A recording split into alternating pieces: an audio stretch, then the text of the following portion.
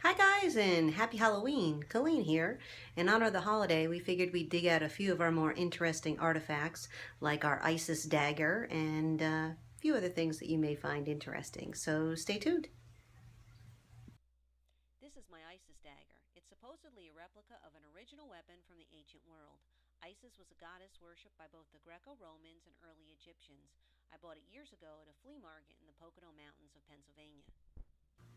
Yes, and in case you're wondering, I am dressed like this in honor of the holiday. Halloween has always been a special time for me, and there's a variety of reasons why, one of which is Susanna North. She was actually an ancestor of mine and one of the people that was hung during the Salem Witch Trials. I have several relatives that are connected to the Salem Witch Trials, so that is part of why I am particularly interested in this holiday and all things witchy. So if you want to find out a little bit more, stay tuned and we'll get into that in just a bit. Okay, stick with me now and I'll go ahead and explain exactly how I connect to the Salem witch trials. My great-grandfather was Samuel Decker. He married Mary Cornelia Sargent. Her name is also spelled Surgeon. Her parents were Joseph Sargent and Margaret Clark. Jeremiah Sargent was the son of Clark Sargent and Gertrude Cole. Clark Sargent was the son of Joseph Sargent and Susan Sumner.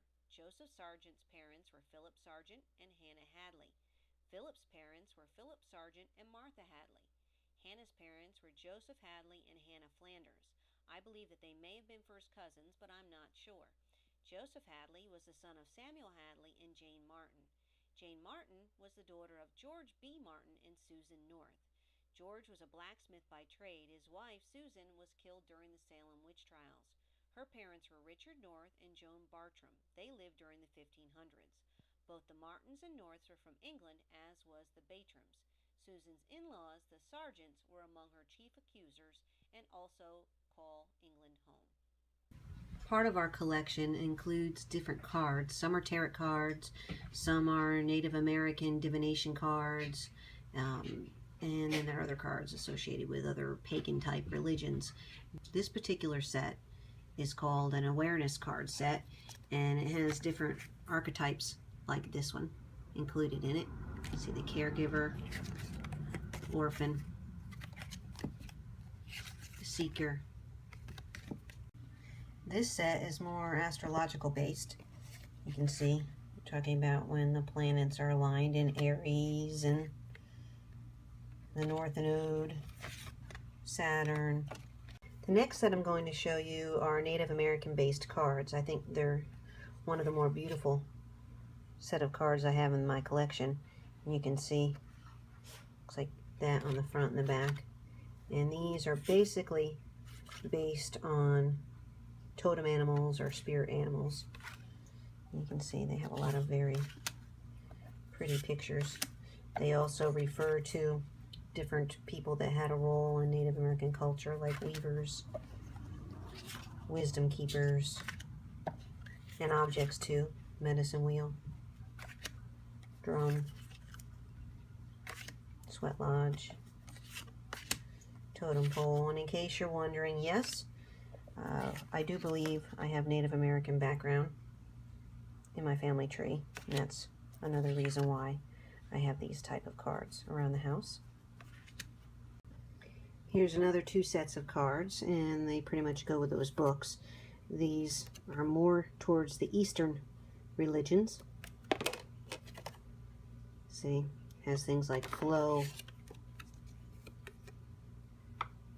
neediness,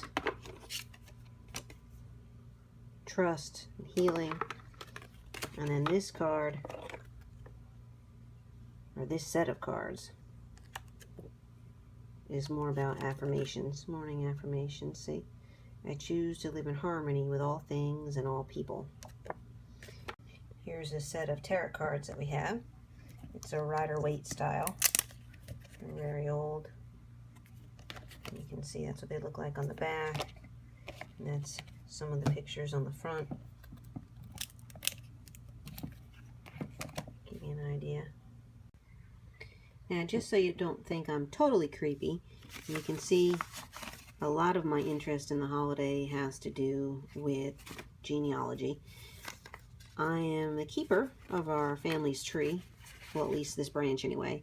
a lot of old photos and tintypes from 1800s Civil War era, newspaper clippings that were passed down for centuries about all of my different relatives.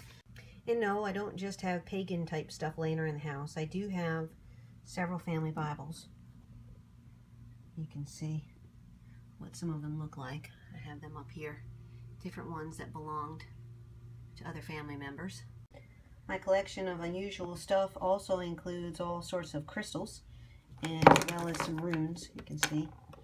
Oops. I actually have this too. It dates back to when I was a little kid, back to the days when people actually had pen pals and wrote letters instead of emails.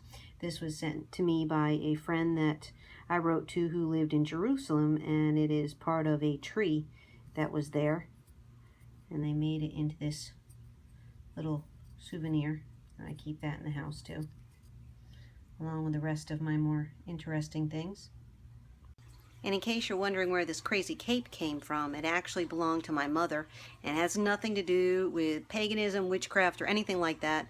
It actually was considered high fashion back in the 60s and 70s. People wore it to the opera and fancy dinners out. To me, it kind of feels like a Little Red Riding Hood cape, but anyway, that's where that came from. So I don't want anybody to get any wrong ideas about what we do with it here. There's no dancing naked in the woods or anything crazy like that going on over here. Okay, that concludes today's video. We hope you have a happy Halloween, and we'll see you soon.